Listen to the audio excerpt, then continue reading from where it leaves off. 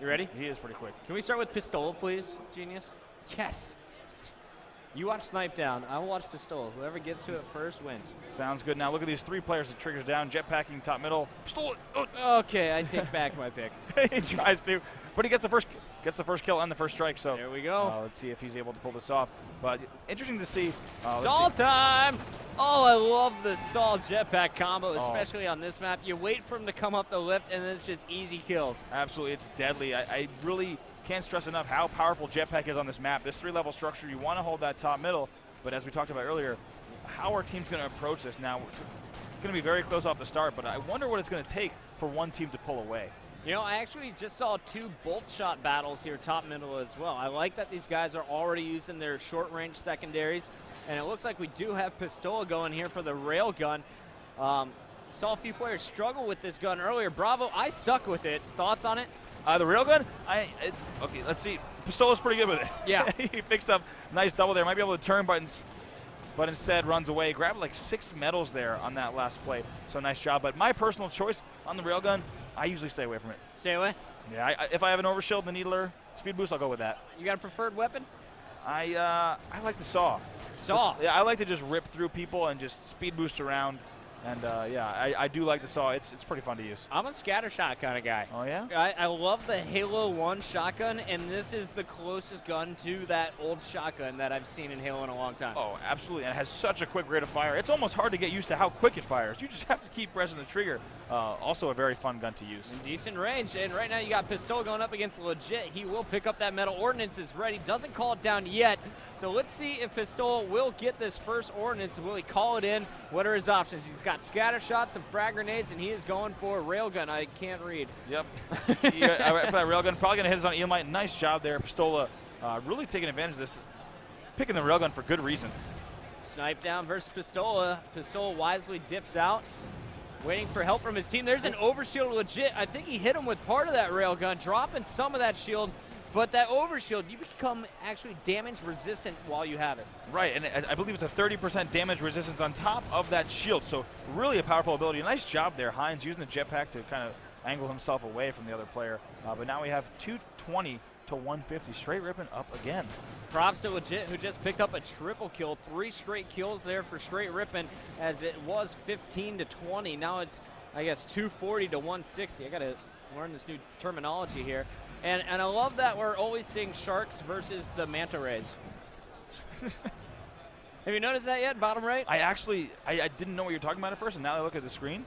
It is the Sharks versus the Manta Rays. Yeah. Are you a Shark kind of guy? You know, I'm actually fighting for Unicorns to get put in there, because MLG Sundance would be so happy if it was Sharks versus Unicorns every game. Yeah, I think that we can definitely think of some really good mystical creatures that can fit really nicely in there. Here's a Griff Ball favorite in the back pocket. He's running around with that Battle Hammer.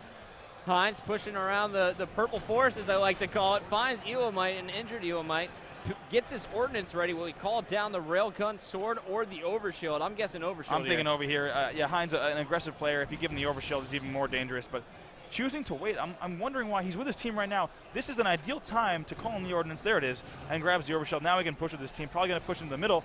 He wants to maybe draw a little attention to himself. Oh, going up and over Legit, and I love the swarm effect we're seeing here. They pick up the double kill, and now look at this, 29 to 22, or 290 to 220. Yeah, excellent execution of the overshield there. He waited a little bit, pushed him with his team. Now they're only down by 7 kills.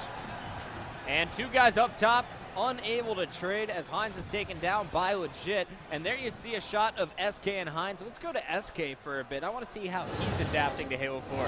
As you just saw in that camera, awesome to see all of Triggers down, bringing out their 2009 jerseys there. They all brought those. Really cool to see them decked out in the old black jerseys. Yeah, thank you guys for doing that. I put out the call on Twitter, all pros, please bring the old school jerseys, and they definitely showed up in them. Hysteria was so pumped for this match. He wanted some vengeance against Straight Rippin. Oh yeah, without a doubt. It's such a storied rivalry, as we just talked about. If you guys are just joining us on the Halo 4 stream, Straight Rippin versus Triggers Down. 2 teams that throughout 2008 and 2009 literally traded championships back-to-back every event until Anaheim 2009. And it was like clockwork. Just every event, they'd switch off. Number 1 and 2 at the time. And right now we got SK up top, trying to stay alive. 350 to 290, just a 6-kill difference at this point. SK seeing that stall over there, you know he wants to go for it, and now he's taking fire from T-Squared and 2 other players top middle. It looks like Str8's plan so far has been to control that center structure. And they're always pushing together. Right there, you saw SK not sure where to push, if he should push back or push forward, and then 2 players of Str8 Rippin just come up and take him out. So it's still a close game, though. Still, Triggers Down has brought it within 6, now 7. We got an overshield on Pistola, and it looks like T2 is going to get one here for Str8 Rippin. Meanwhile, Snipe Down is running around with the sniper rifle. And you know something about that saw pucket, whenever it's used anywhere on the map, you can really hear it. It's such a loud weapon, and that also really is a sign of just how powerful it is. That thing is awesome to use, and whenever you hear it, you kind of want to back up. You don't want to get too close to it. And once SK dies, I'd love to show off what we got happening here in this center structure. T2 and Legit are just locking it down, and Legit has been using the bolt shot nonstop. There's your shot at SK. Hines is going to go down as well. And let's go check out our blue squad genius in game when we get a chance. Now 460 to 350. Str8 Rippin still really keeping a commanding lead as Pistola is taken down once again. It seems like Triggers Down is once again a little bit unorganized. Str8 Rippin having the natural chemistry back here in Halo 4. Locking down the center structure. We got the bolt shot DMR load out here for T-Squared, and looks like while people are looking at him, his teammates, that was Legit on the big flank. You see Brian in the call sign. Let's see if Squared goes for the sticky detonator. Surprisingly, no one has picked that up yet. It's still down there.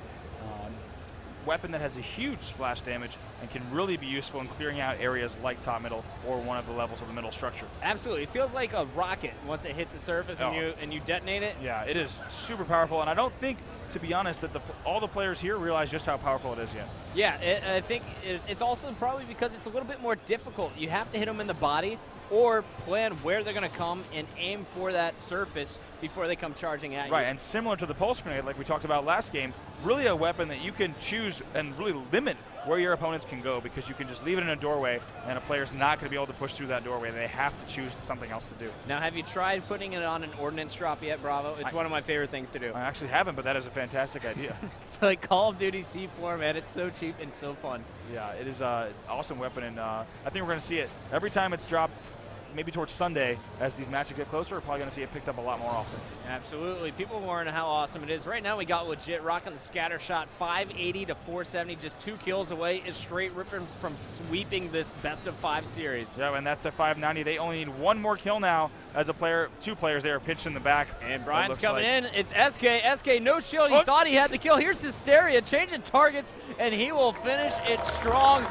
Legit going off in short range as Str8 Rippin sweeps Triggers Down here in Halo 4. And that will be the first time we've seen 2 professional rosters play against one another, albeit classic rosters play a match of Halo 4. So really exciting to see those and how they played out. Str8 Rippin